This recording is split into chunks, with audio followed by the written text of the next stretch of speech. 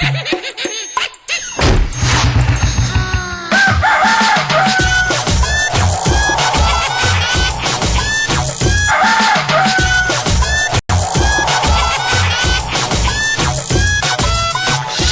Plus डाइमैक्स condom कोने कोने पे मिलेगा।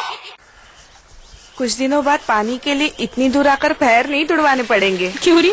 तेरे ससुराल से डोली आने वाली है क्या? पानी हमारे पास आने वाला है, अच्छे दिन आने वाले हैं। सही बात। मोदी जी को जिताएंगे, भाजपा को बहुमत दिलाएंगे, तभी तो अच्छे दिन आएंगे। कमल का बटन दबाएंगे, भाजपा जिताएंगे।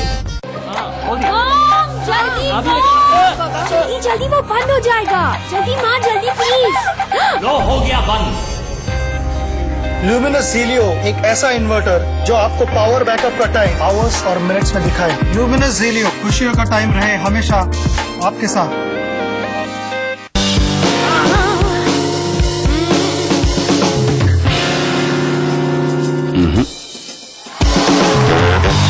चलना ही है तो स्टाइल से चलो यार। रिलैक्स हाई फैशन, माँ कसम मैं भी पहनता हूँ। जम के खाओ, खूब बचाओ। माहेश्वरी फार्मास्यूटिकल द्वारा निर्मित त्रिंगासव खून की कमी को दूर करे, तंदुरुस्त और स्वस्थ बनाए। आयुष द्वारा प्रमाणित त्रिंगासव। गोलगप्पे पानी पूरी क्यों खाते हो चोरी चोरी? जब घर में एवरेस्ट की पानी पूरी, हम नो चोरी चोरी। घर में आई एवरेस्ट की पानी पूरी। एवरेस्ट पानी पूरी मसाला, टेस्ट में बेस्ट मम्मी और एवरेस्ट।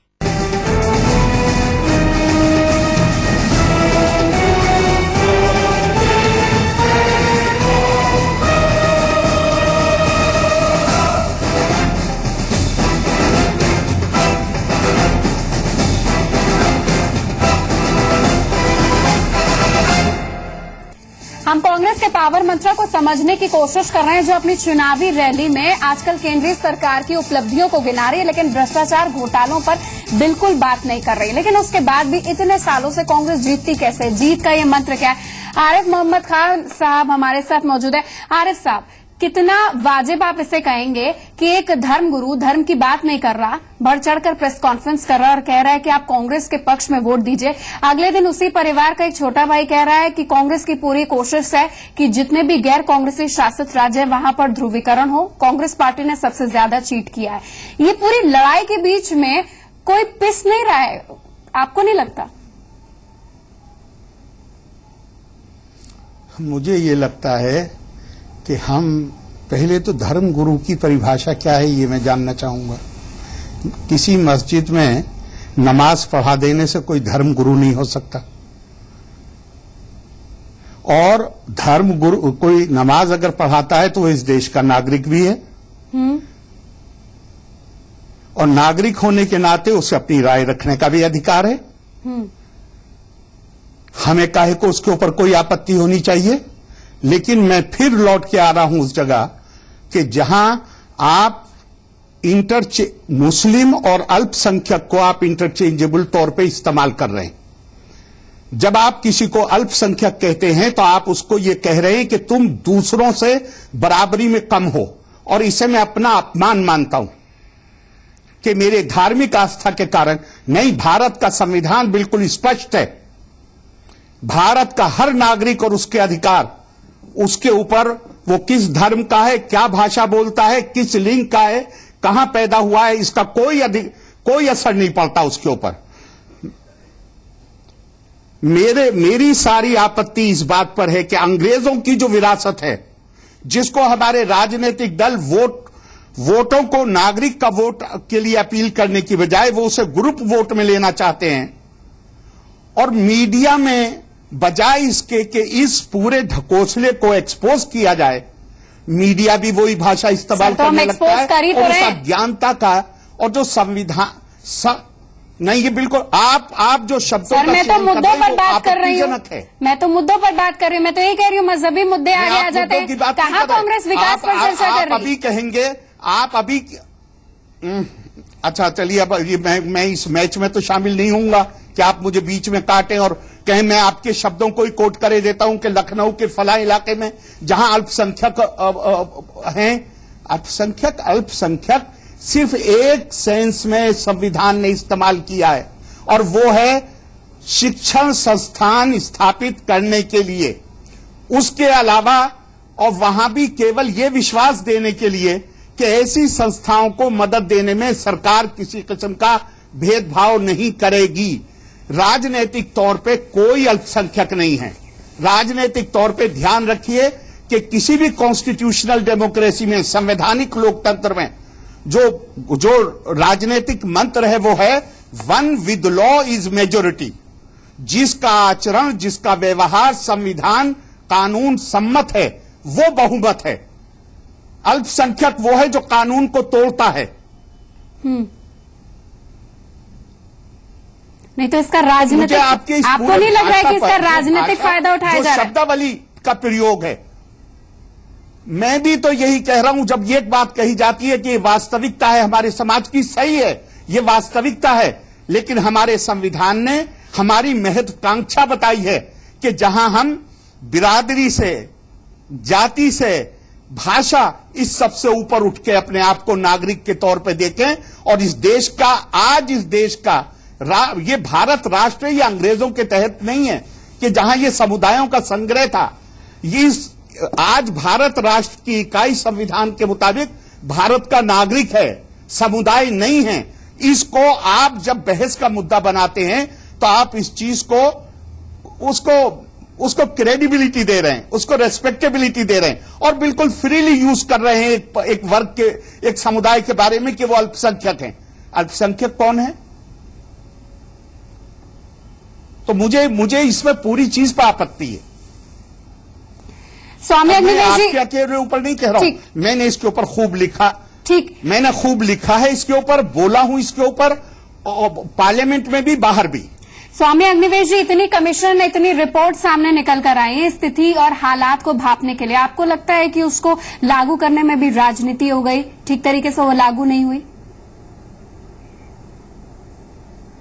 नहीं, मैं आपसे पूरी तरह सहमत हूं कि सच्चर समिति की रिपोर्ट बिल्कुल लागू नहीं करके दिया इन्होंने, और रंगनाथ मिश्रा कमीशन की रिपोर्ट को भी, और दोनों यूपीए 1 और यूपीए 2 के दौरान वो इसका इस्तेमाल करने की कोशिश करते रहे कि जब चुनाव आ जाए तो ये झुंझुना उनके सामने लटकाया जाए और कहा जाए कि देखो ये हम लागू कर रहे हैं, ये दे रहे हैं, वो दे रहे हैं करके। यदि शुरुआत से ही इन सब चीजों को लागू किया गया होता, हाँ, तो जो हमारे मुस्लिम भाइयों की गरीबी है, उनकी अशिक्षा है, उनकी तमाम और चीजें हैं, वो दूर होती।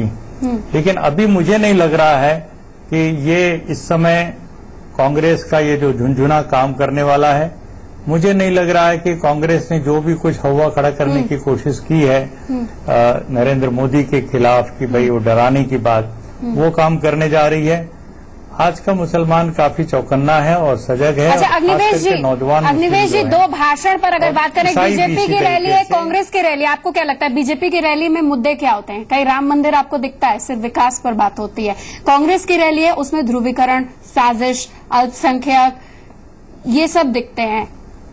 ऐसा क्यों है? बदलाव हो क्यों नहीं रहा है? बीजेपी की रैली में कोई राम मंदिर का मुद्दा नहीं उठा। हाँ, ठीक। और उन्होंने बाकायदे इस प्रकार के जो मुद्दे थे, जो धार्मिक मजहबी टाइप के, जो हिंदुत्व के मुद्दे कहलाए जाते हाँ, थे, वो इस बार बीजेपी ने बाकायदे स्क्रूपुलसली उसको अवॉइड किया है। ठीक, इतना सब कुछ होने के बाद भी विक्रम राव जी यहाँ पर विक्रम राव जी, मैं आपसे एक छोटे संसवाल के बाद ये भी जानना चाहूंगी कि एक तरफ आप कहते हैं कि हमारा समाज जागरूक हो गया है, हम कांग्रेस के पावर मंत्रा की बात कर रहे हैं, और यही कहा जाता है कि कांग्रेस वहीं पर हारेगी जहां अल्पसंख्यक उसे वोट नहीं देंगे।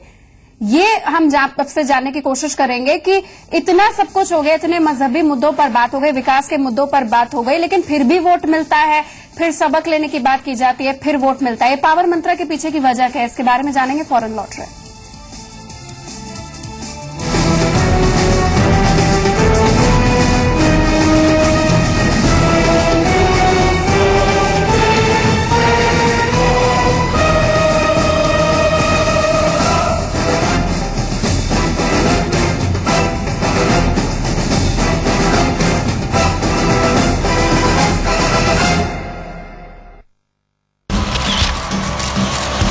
मेहनत कामयाबी दिलाती है और लक पहचान। लक्स कोसी अपना लक पहन के चलो। खुश करो, खुश रहो। खुश नहीं, सुपर खुश रहो। Good night advance active plus combi pack अब सिर्फ 66 रुपीज का। एक खिलाड़ी अकेला पूरे मैच को नहीं जिता सकता, इसलिए हमारा वोट उसी को जाएगा जो अकेले नहीं पूरे टीम के साथ खड़ा हो। हमारा वोट कांग्रेस को। नवरत्न एक्स्ट्रा ठंडा तेल, सबसे ज्यादा ठंडा, सबसे ज्यादा असरदार, सबसे ठंडा।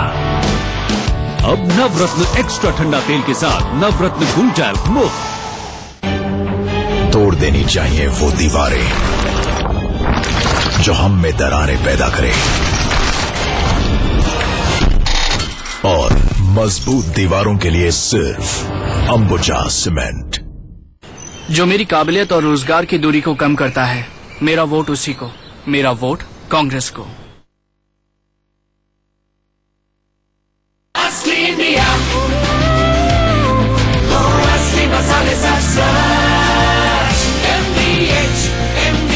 यही है असली India.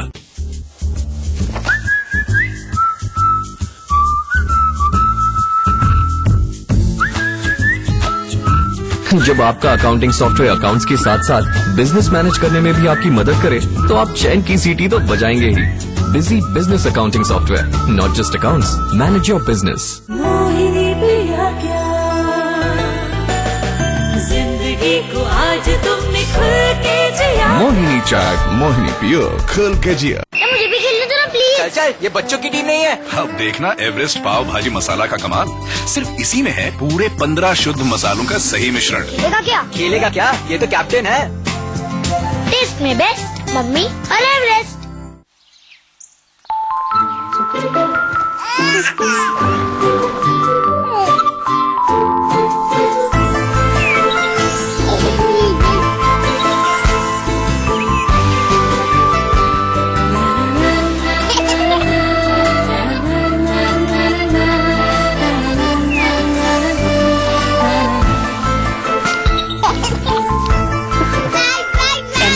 ZVTS, the comfortable radio. दिन भर धूप में मशीन बेचता था, कचरा साफ करने वाली। शाम तक मेरे खुद के दिमाग में कचरा भर जाता था, टेंशन और सरदर्द जैसा। फिर सर ने बोला हर शाम नवरत्न तेल लगा, 9 आयुर्वेदिक जड़ी बूटियों वाला। अलग सलाह, तेल से सरदर्द जाता है क्या? लेकिन नवरत्न तेल ने सही में टेंशन, सरदर्द और थकान को किया पल में गायब।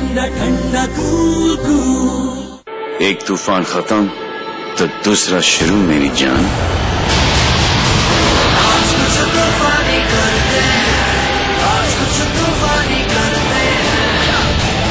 कैसा चल रहा है? सब ऊपर वाले की। चचा, तूफानी दे दो, फ्लाइट पकड़नी है। जाओ तूफान शुरू करो, बस ढक्कन ही तो हटाना है। रिलैक्स तो है फैशन, चलना ही है तो स्टाइल से चलो यार। माँ कसम मैं भी पहनता हूँ।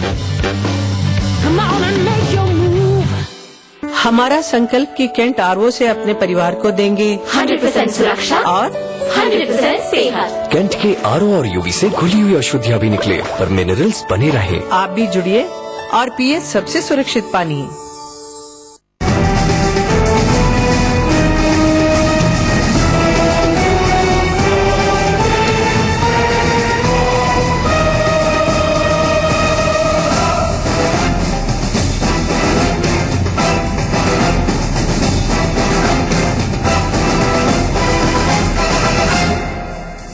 हम यहाँ समझने की कोशिश कर रहे हैं कि विकास के मुद्दों पर अगर बात हो तो देश का कितना उत्थान होगा, और कम्युनिज्म और धर्मनिरपेक्षता की लड़ाई में अगर आम आदमी को बीच में घसीट लिया जाए तो देश कितने पतन की ओर जाएगा।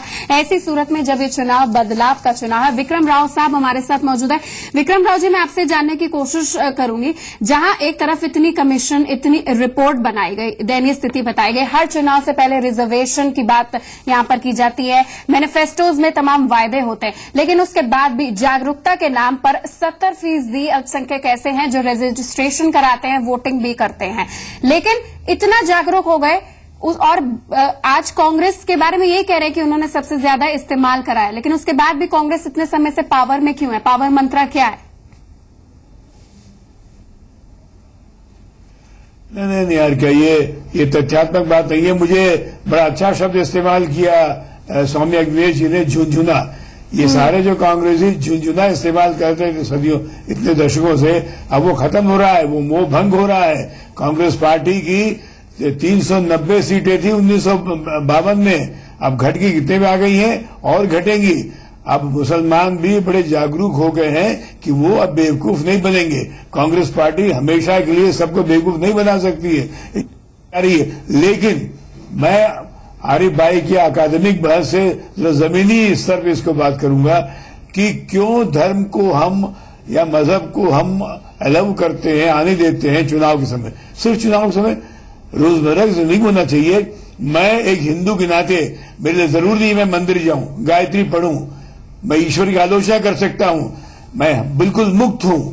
मैं चाहता हूं कि हर हिंदू, हर मुसलमान, क्रिश्चियन हिंदू जैसा हो जाए कि मुक्त ढंग से सोचे, और ये अफीम जो खिलाते हैं हम लोगों को मजहब के नाम पे, ये अफीम नहीं खाएंगे हम। ये अगर हो जाए तो ये सारी समस्याएं दूर हो जाएंगी, सामाजिक समरसता आएगी। क्योंकि इसी संकीर्णता की वजह से निहारिका आज मोदी इसकी देन है। मोदी उदार नहीं है, मोदी किसी प्रकार से प्रगतिवादी नहीं है। नरेंद्र दामोदर दास मोदी को मैं 30 साल से सुनता, देखता, जानता आया हूं। वो अच्छा प्रधानमंत्री नहीं होगा, एक वोटर के नाते मैं कह रहा हूं, लेकिन आज ये जो मुसलमानों की इन सब की संकीर्णता की वजह से मोदी तार्किक परिणति है, मोदी देन हो गई है। ये 2 रिएक्शंस हो रहे हैं, इसको रोक सकते थे उदार मुसलमान, उदार हिंदू, उदार भारतीय। वो उदारता खत्म हो गई है। आरिफ मोहम्मद साहब, आज के दौर में उदारता और जागरूकता की परिभाषा क्या है ऐसी सूरत में जब हम चुनाव में प्रवेश कर रहे हैं? तो देखिए, उदारता किसी प्रकार का प्रतिबंध न हो, हमारे दिमाग पे जंजीर को न बांधना जाए जंजीर से, ये बात। और जागृति, बिल्कुल मैं विक्रम भाई की जागृति वैचारिक 100% सहमत। 62 साल हो गए निहारिका, 62 साल बाद भी अगर परिपक्व नहीं होंगे, वयस्क नहीं होंगे, वैचारिक रूप से नहीं खुलेंगे तो क्या फायदा। आरिफ मोहम्मद साहब, अगर कोई वोटर परिपक्व है, इसका मतलब यही है कि वो विकास के मुद्दों पर वोट कर रहा है। इसका मतलब ये नहीं कि जितने भी भड़काऊ भाषण दिए जा रहे हैं उसकी जद में आके वोट कर रहा है। अगर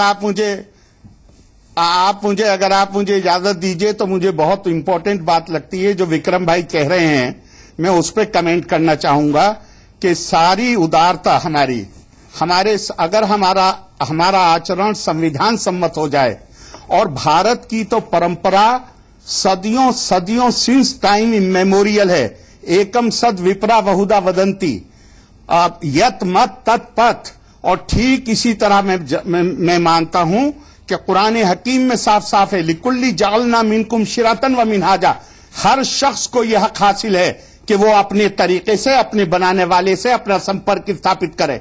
किसी को, ये जो आप लफ्ज इस्तेमाल करते हैं ना धर्मगुरु, किसी दूसरे को यह हक हासिल नहीं है कि वो मेरी आस्था के मामले में मेरे ऊपर अपनी राय को थोप सके। जहां तक कमीशंस का ताल्लुक है, वहां मैं एक बात आपसे कहना चाहूंगा कि चाहे सच्चर कमीशन हो, चाहे रंगनाथ कमीशन हो, ये कमीशन हमारे संविधान के तहत किसी धार्मिक समुदाय के लिए स्पेशल कदम उठाए ही नहीं जा सकते। उसका कोई प्रावधान ही नहीं है। मुसलमानों में आज की तारीख में 70% से ज्यादा आबादी मंडल कमीशन में कवर है, लेकिन वो बहैसियत मुसलमान के नहीं, बहैसियत सामाजिक और शैक्षणिक तौर पे पिछड़े होने के कारण मंडल कमीशन में कवर हैं। लेकिन अगर सच्चर कमेटी को सिर्फ इस सरकार ने नहीं, कोई सरकार आ जाए वो लागू नहीं कर सकती। क्यों? क्योंकि संविधान उसकी इजाजत ही नहीं देता है। ये बात मैं आज नहीं कह रहा हूं, इसके बहुत पहले से ये बात कही जा चुकी है। वरना तो कुछ न कुछ बनाने का क्या मकसद था या क्या था, उसको मैं उस पर छोड़ता हूं जो विक्रम भाई ने कहा, जो स्वामी जी ने कहा, विकल्प क्या है? उसका कुछ और मकसद, विकल्प क्या है फिर? विकल्प मसीहा की तलाश मत करिए। आम आदमी, इस देश को, नागरिक को उसका सशक्तिकरण कीजिए जी, सिवाय उसके दूसरा कोई उपाय। सरकारों को संविधान के नागरिक खड़े हों। Eternal vigilance is the price of liberty. सतत जागरूकता, और नागरिक कम्युनिटीज नहीं मजबूर कर सकती, क्योंकि कम्युनिटीज को तो लड़ाया जाता है। नागरिक एक दबाव बना सकते हैं सरकारों पर कि सरकारों का जो काम है, जो संविधान ने उन्हें दिया है, उस विकास का, प्रगति का, आगे बढ़ने बहुत का जरूरी है सरकारें वो काम करें। चाबी जनता के हाथ में, जिस तरीके से आप कह रहे हैं। मौलाना सुफियान निजामी साहब, जरूरत नहीं है, मैंने तो पहले ही कहा, हाँ, जरूरत नहीं है कि तालीम तरबियत पर ध्यान देना चाहिए, ना कि इस तरीके के मुद्दों पर जिस तरीके से तनावपूर्ण स्थिति बने, कोई और पिछड़ जाए, दिमाग से भी दिल से भी। नहीं, आपने बिल्कुल सही कहा। इस वक्त देखिए 60 से परसेंट जो आबादी है वोटरों की, वो नौजवान तबका है। ऐसे वक्त में आपकी तरफ से कोई ऐसा विवादित बयान आए, हाँ, जिसमें ये कि नौजवानों के जो मसाइल हैं उनको छोड़कर किसी और मसले पे बात की जाए, तो ये इस तरीके के बयान मैं समझता हूं कि हिंदुस्तान को किस राह पर ले जा रहे हैं, ये मेरी समझ से बाहर है। नौजवानों के अपने मसाइल हैं, मुसलमानों के अपने मसाइल हैं, तालीम के मैदान में उनके मसाइल हैं, रोजगार के मसाइल में उनके मसाइल हैं। इन मसाइल को छोड़कर वो मसाइल या किसी का डर उनके दिलों में बैठाना या किसी और तरीके से उन पर दबाव डालना, ये बहुत ही अफसोस की बात है। उनके मसाइल को आगे लाना चाहिए, उनके तालीमी मसाइल को आगे लाना चाहिए, और मसाइल को आगे रखकर उनसे अगर वोट की गुजारिश की जाए तो ये एक अच्छी बात होगी, ना ये कि किसी का डर स्वागत करेंगे, यानी कि अगर ऐसा हो आप आगे इसका स्वागत करेंगे, ना कि कोई मजहब पर अगर बात करें और बोल दे कि इस्लाम या सेक्युलरिज्म खतरे पर है, सामाजिक शैक्षिक पिछड़ेपन को कोई कंसिडर करके उस पर बात करे तो उसका आप स्वागत करेंगे। स्वामी अग्निवेश जी, क्लोजिंग कॉमेंट आपसे, यानी कि पावर मंत्रा किसी पार्टी यानी कि कांग्रेस के पास नहीं है, जीत की चाबी और प्रगति की चाबी जनता के पास है, ना कि उनके पास जो अपने आप को मसीहा कहते हैं या कायाकल्प की बात करते हैं और फिर किसी गुमनाम कोठरी में चले जाते हैं।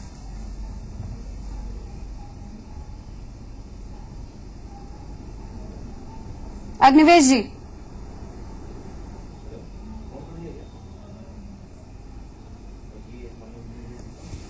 चलिए, अग्निवेश जी से संपर्क नहीं हो पा रहा है, यानी कि जीत की चाबी जनता के हाथ में है। आज जनता रोजगार, बिजली, सड़क, पानी, सामाजिक और शैक्षिक तौर पर जिस तरीके से पिछड़ापन है उसे दूर करना चाह रही है।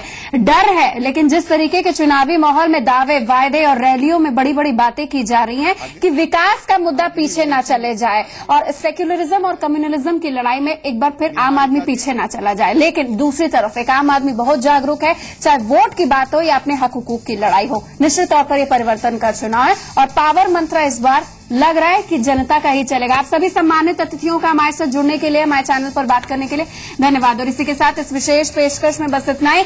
खबरें जारी है।